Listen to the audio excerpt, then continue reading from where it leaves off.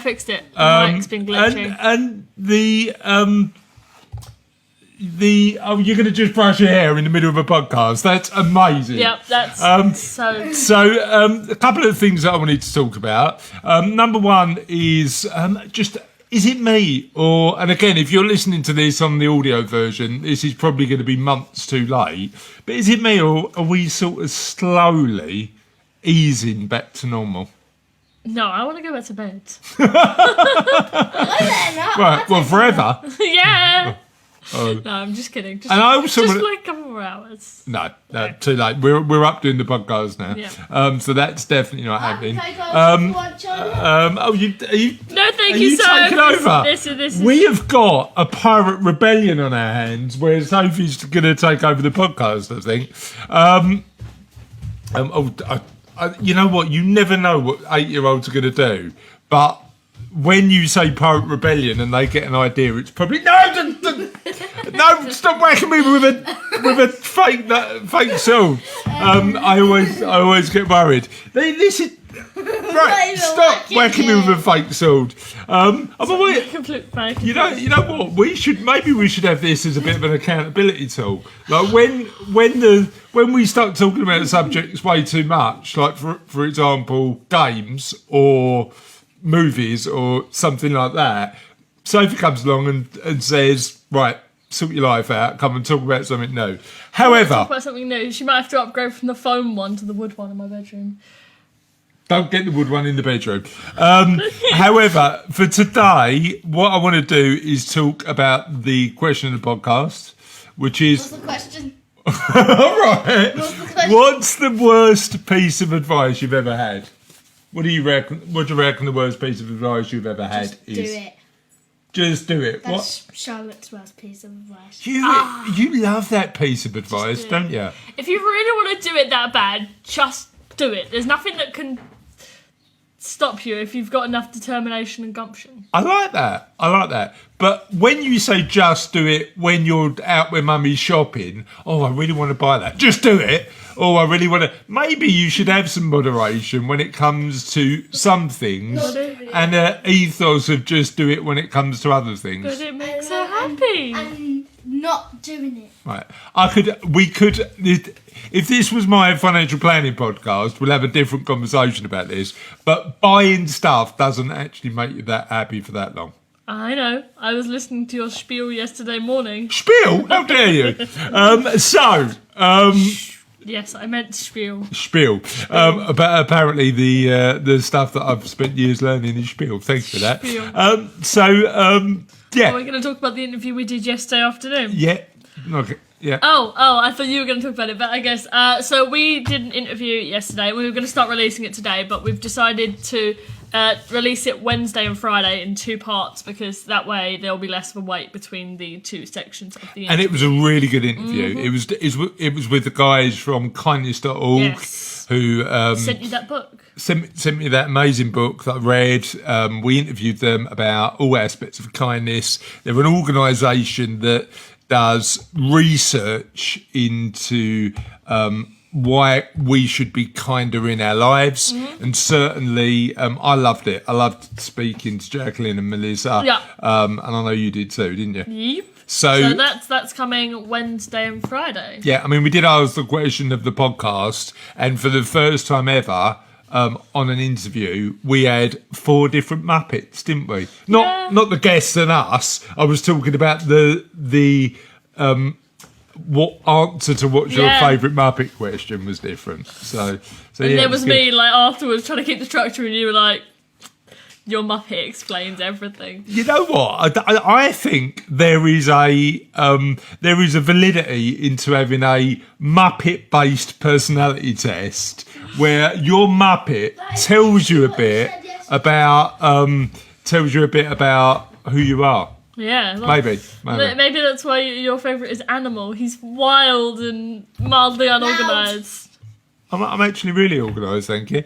That's why I said mildly unorganised. Mildly. He Okay. knows how to drum effectively. Okay, so where can people get in touch with us? Okay, so if you're currently watching this, you're on our Facebook, and I did figure out how to share it, but it does share our Facebook page. So don't worry, if you're watching this, no matter where you're watching this, you can see it on our Facebook. But if you're not, if you type to the Kindness Project podcast in the Facebook bar, we come up the top one, and the little logo is there. So if you're listening to this, the little logo will be able to be seen on your screens, I think. I have no idea. Not on an audio podcast, surely. No, but you know when you listen to that thing and it shows There you... might be somebody out for a run who's like looking at their screens right now and going, "What is Charlotte talking about?" No, not like, you know when you listen to a podcast and it shows you like the logo. You know what? No, never mind. I'm not going to try and explain it. It's just where the Kindness Project. Yeah. So anyway, you can find us all over the show. www.thekindnessproject.co.uk. Google The Kindness Project. We're come up top now, I think. I think so. Yeah. We have for a little We while. have for ages. Loads of different places you can find all of our podcast interviews. Website's got all of the previous historic interviews. You can find us on. Sorry. You can. It's been 2.5 years. Does that count as historic? I don't know. You can find us on iTunes and Spotify and wherever you get your podcasts. All of that sort of stuff. But the bit we're interested in is your MySpace. answer. Not MySpace. Yeah, the bit we're really lacking comments on is Friends Reunited. We don't get any comments on Friends Reunited anymore for some reason. The bit that we really want to know is the answer to the question of today's podcast.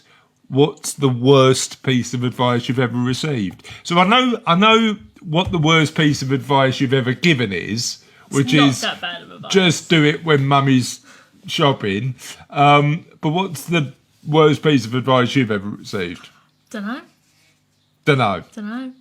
You ever had any bad advice? I don't think so. I just... Saying that, you probably only know it's bad advice when you've taken that advice on board, used it, and it hasn't worked in your life, right? Yeah. So how do you make that judgment between good and bad advice? I don't know. I mean, it's just kind of like... If I think something is bad advice, I'll go and look for more advice and forget the advice the bad advice I've but been then the given. challenge is, if it's good advice, but you don't like it, how do you know that you're... Well, if it's good advice, I can be, But if it's clear it's bad advice... Well, like, don't jump off a cliff or Yeah, stuff stick like your that, head in the yeah. oven or Yeah. whatever that. Yeah. You know what my mum used to say to me? She went, "Oh, if your friend would jump off a cliff, would you follow him as well?" You know, that sort of thing, like, don't follow your friends in everything they're doing. Clearly you wouldn't, would you? No. But do you remember that episode of Brooklyn Nine-Nine where it was like, if I think Jake was talking to the captain and he was like, so if Rosa jumped off a cliff, would you want me to jump off a cliff? And the captain's like, yes, because she'd have planned it out and she'd be fine, so you'd just do the same thing. Where it's like, okay, sometimes people know what they're doing, so maybe it's not terrible to follow them. Yeah. Life advice from Brooklyn Nine-Nine. Maybe we should get all our life advice from sitcoms, eh? Maybe we should, I don't know. was just an example. I'll rewatch The Office and start managing like David Brent. Shall I do that? It was just an example. All right, okay, fair Jesus, enough. mice. Okay, should we move on Yes. to David Fall's Silver Linings? Yes. Silver linings for yesterday. Today's silver linings is all about poems. A well-written poem, whether it rhymes or not, can have a huge impact on how we think and feel. Here's a couple I found over the last few days that certainly made me think. Okay. What if 2020 is the year we've been waiting for? A year so uncomfortable, so painful, so scary, so raw, so it finally focuses us to grow. Oh, I think that's supposed to say forces. Okay. It finally forces us to grow. A year that screams so loud, finally awakening us from our ignorant slumber. A year we finally accept the need for change, declare change, work for change, become the change. A year we finally band together, instead of pushing each other further apart. 2020 isn't cancelled, but rather the most important year of them all. I love that. And one of the big things about that is that and we had this conversation with the guys from kindness.org yesterday, didn't we? That pushed together as opposed to apart. And there are some forces in the world that are trying to push us apart. There's no doubt in that. And there are some people who believe the world is a worse place and believe that we need to fight each other to get anything achieved. I don't believe that. No. I believe that actually working together is always going to be better than trying to fight. Because let's be honest, and if we were having a conversation, you talk about advice, if you don't like, trust and respect the person who's trying to explain their point of view, how likely are you to... Very unlikely. I haven't finished the question yet. Take their advice. How likely are you to eat a cheese sandwich? What was the answer? Very unlikely. I don't like plain cheese sandwiches. All right. Pickle? Cucumber? Maybe. Okay, an oyster. I know you like oysters. An oyster. But that sense of, working together is something we need to get a bit closer to. And despite what we hear on the news, I've seen amazing examples of kindness during lockdown, and it's been brilliant. Is that poem one you want to read aloud? The It one is. you have open I'll wait for you to do the next one.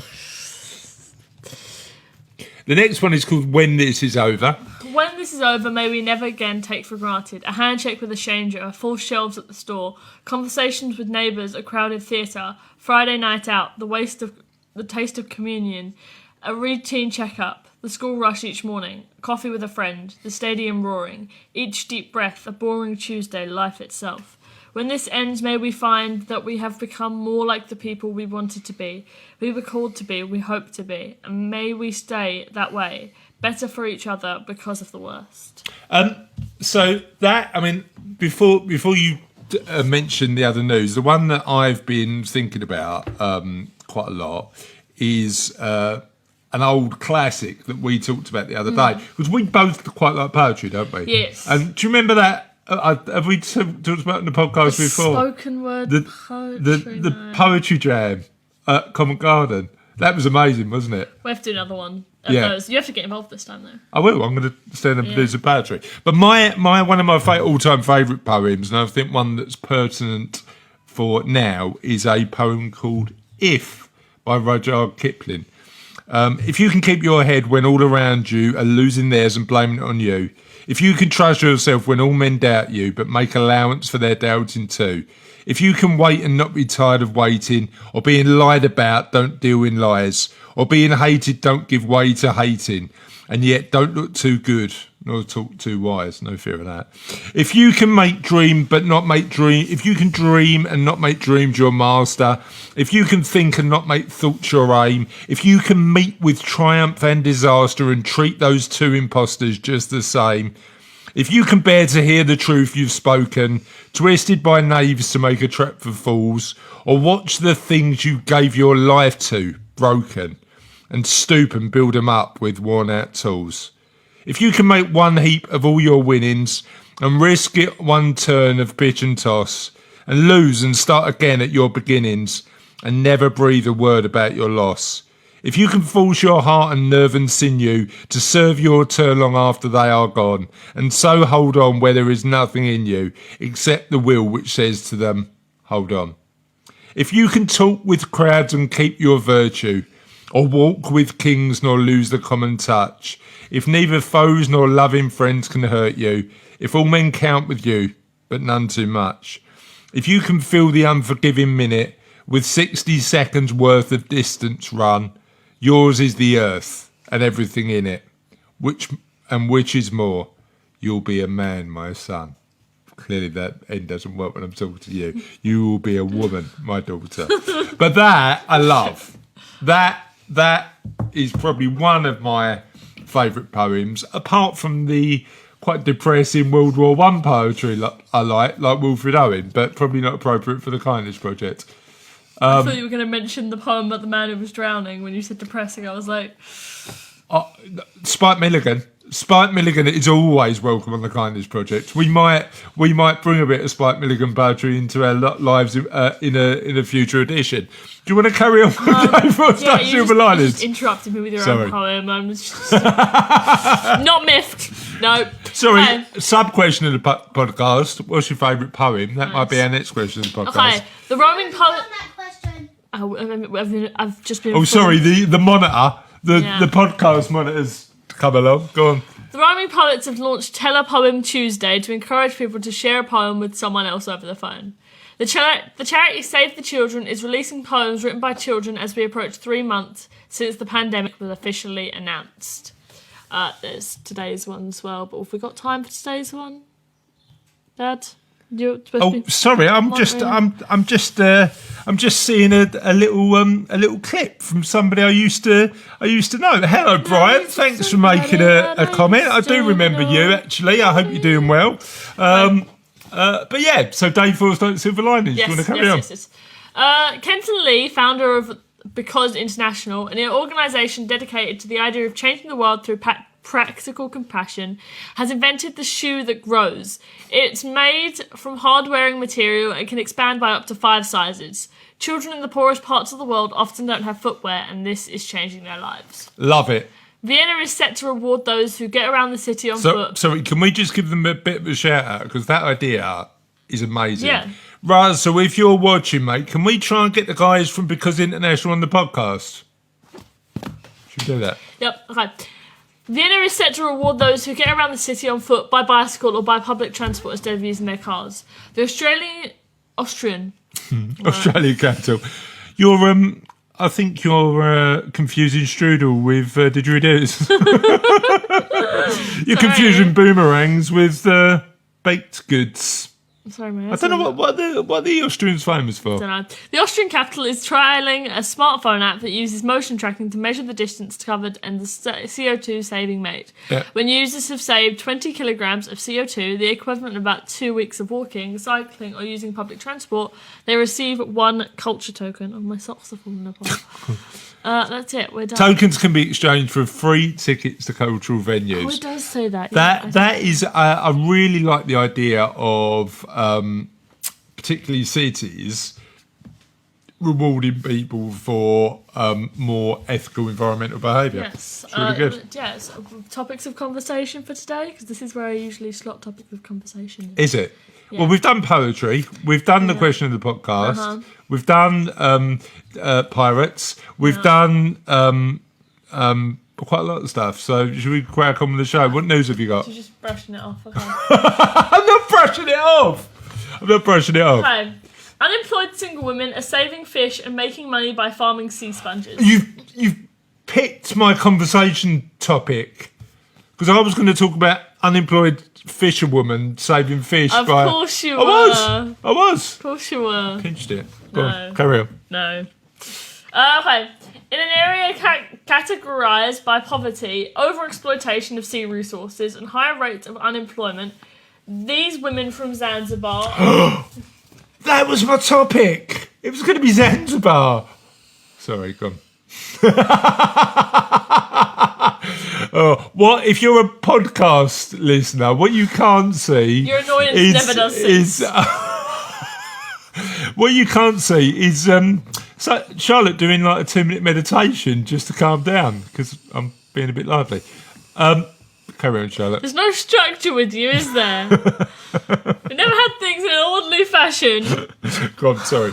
Let's get order. Let's get order. No, all right, I'm ready. Yeah. These women from Zanzibar are beginning to farm sea sponges as a more reliable source of income. Did you say sea sponge? Yeah, sea sponges. Go on. Organised by Marine Cultures, a small Zanzibar-focused non-profit headquartered in Zurich, 3 to 4 sea sponge farms are being launched every year to help unemployed and single mothers support their families. Right. Historically relying on seaweed for income, the people of Jambiani, I hope I'm pronouncing that right, I'm so sorry, have been unable to rely on the trade because of disruptions in production from diseases and pests, and the crops... Yeah, the crops. Go on. The crops' low market price worth worldwide. Marine Culture's Christian Vatalaus, I'm going to assume that's right, I'm so sorry, recently detailed how sponge farming became the primary idea for saving the livelihoods of these seaweed farmers in an article published in Panorama, a platform hosted by the International Union for the Conservation of Nature, IUCN, for non-profits and other organisations to host solutions that benefit the natural world. Yeah. You know what? We're seeing a lot of that, I think. What we'll see is a lot of businesses around the world, and I'm less keen on this phrase, but I think it's one of those things where you, when it comes to stuff like this, it's changing people's lives, pivoting because of what's happening in the markets in some areas. So you can't sell seaweed anymore. All right, we sell sponges. Since the sponge farming operation was slow to get off the ground, Marine Cultures also started coral farming from the International Aquarium Trade in 2014. Vetelaus says the aquaculture practices such as sea sponge farming is, like land-based agriculture, where years of experience and trial and error are key to shape the best practices. Love it. Sponge fish farming 2020. Here we go. A marine culture update published in February 2020 says the sponge farming operations are going well. The older sponge farms, managed by some of the Jambiani women, are producing more sponges these days than in previous years, as ecological conditions improve and knowledge is shared among participants. Love it. One thing I've heard, though, is that any of the sponge farmers have got to wear a particular uniform. Have you heard this? Like, there's a big sign when you walk into the place that says Sponge Farm SquarePants. Is that right? Is that right? No, I've got to make up my own bad jokes just so that your bad joke at the end doesn't sound so bad. Next, I need 2 seconds of meditation. Do you want to do 2 seconds meditation? Yeah, done. Principal rallies his community to serve 10,000. Sneeze. To serve 10,000 cooked meals to seniors during 40 days of COVID crisis in India. A union territory in India with lovely beaches and serene streets is one of the most attractive weekend destinations for busy folks in southern India. While normally offering a melange?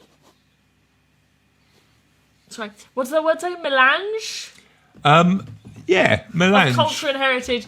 Puducherry's currently deserted beaches are sufficient to indicate the magnitude of the COVID-19 crisis here. But one man has taken to heart the idea that a crisis provides the opportunity for us to do things we could not do before. I think it's fair to say, yeah. The phrase has proved absolutely true for me, said Sasi Kanta Dash, PhD, who has recently completed 40 days of food distribution to the elderly. Oh, I hate when it does that. Principal of Tagore Government Arts and Science College in Pondicherry, he has been serving hot meals to those confined in their homes during the local lockdowns which started in March. It had been my dream to give back to society and the nation. My soul guided me to take the first step. I took the initiative of channelizing the positive energy of the local people and started with feeding 250 people on one day. We didn't know the extent of the lockdown when it was announced for the first time on March 24th, but the immense satisfaction at the end of the first day catalysed the action for the future. Love it. Absolutely love it. And how many people has he fed so far? 10,000. 10,000 people so far. Over 40 days. Amazing stuff. Okay. Millions of COVID cases and deaths averted thanks to lockdowns, one of humanity's greatest achievements. Right, so just to talk about this, you're doing some writing at the minute on a piece that you're working on.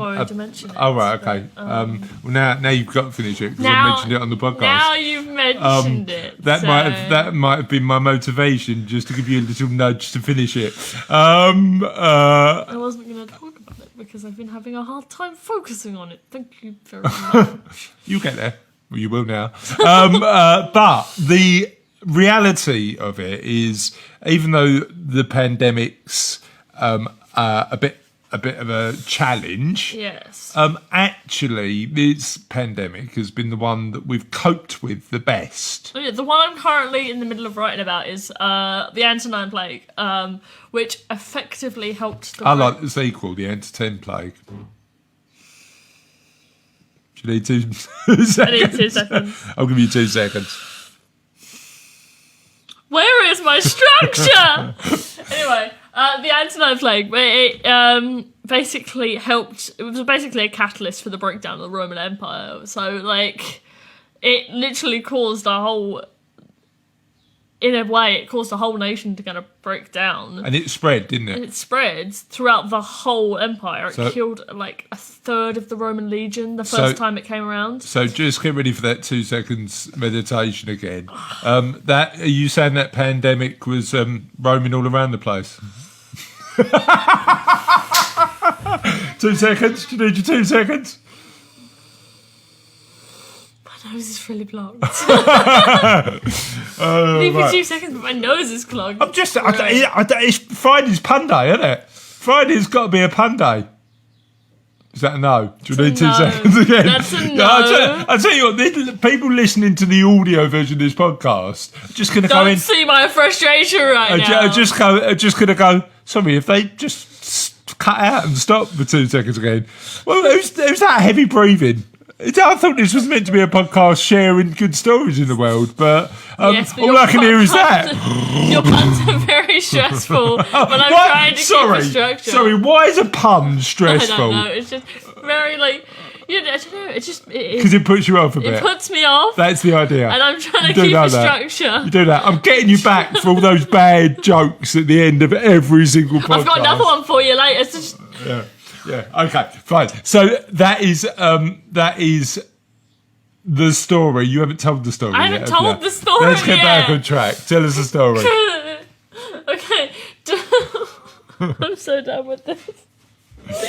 Despite the novel coronavirus outbreaks delivering countless blows to global economies, 2 different teams of researchers have published studies praising international and local governments for preventing additional infections and millions of deaths.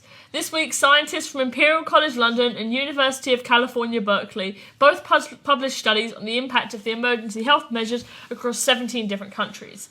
Although the teams used different methods of calculations for their research, they both came to similar conclusions. Millions of lives have been saved thanks to large-scale interventions during the pandemic.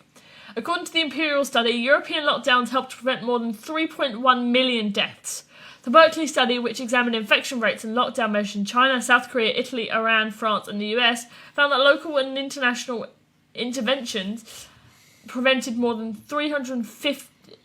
530 million cases. You've really thrown me off, so it's not great. Both these studies were published in Nature.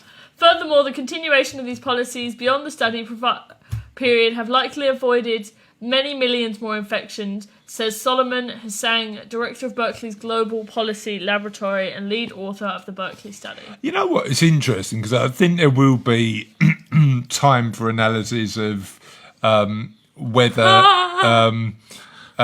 whether we were too early. Yeah.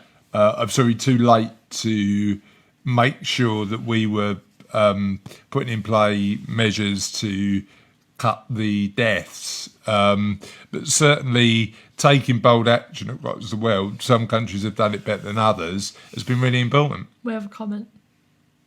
Russell Dames, the esteemed producer of this show, says, "Have you been on the coffee? Lol, lol." Anyway. Have you been on the coffee? Lol, lol. Anyway, can we have the answers to the question of the podcast, please? So we didn't get any on Twitter, but that's Lol, fine lol. because I can't close that because it's got my So, joke. the answer to the question we've had is, what's the worst piece of advice you'd ever been given? Steve Dan said, have another drink, you'll be fine. John Cook said, support your local team. I'm assuming he means West Ham. Stephen Stewart said, the family culture will sort it out and be fair. Roberta White said, go to Spain, you'll love it there. Jacqueline Hall, and I agree with Jacqueline in particular on this. The advice she was given is don't set your sights too high. Why not? Why not? Why not? Why not? Heidi Ball says, let's send your daughter to your old school, it'll be fine. Mandy Medlock's worst advice was, one more drink won't do any harm. Love the vomiting emojis after it. Trev Robinson said, I haven't had a bad piece of advice, but it's been the advice that I didn't take that's been more of the issue. That was interesting. Jeremy Squibb said, buy Bitcoin now. And then he's posted a graph, which looks quite like a roller coaster over the last 10 years. Amanda Smead said, the worst piece of advice she's ever received is things come to those who wait. Worst advice ever. If you wait too long, the things you want are gone. Defo. I think that phrase, things comes to those who wait, is a very poor piece of advice. So there's some really bad advice. We are ending another episode of the Kindness Project. Definitely tune in next week for our kindness.org specials. That'll be on Wednesday and Friday, and we've got the interviews with the guys, Jacqueline and Melissa from kindness.org. They'll be really good. And on that, should we say goodbye? No. Oh, Okay, I've got a joke. That's why we're not saying goodbye yet. go on then. You don't appreciate my jokes? As much as you appreciate my jokes. Your jokes are fine when I'm not trying to focus. Go on then. Why can't you trust duck doctors? Because they're quackers. Do you want to try another one? It actually says because they're all quacks. But you know what? Try one more. What do you call shoes made of banana peels? Slippers. I read that one. Damn it! One more. What do you call a bear with no teeth? Don't know. A gummy bear. I need 2 seconds. Ends podcast with wild snickering and deep breathing. And on that note, my friends, have a lovely weekend. We'll see you next time on the Kindness Project. Toodles!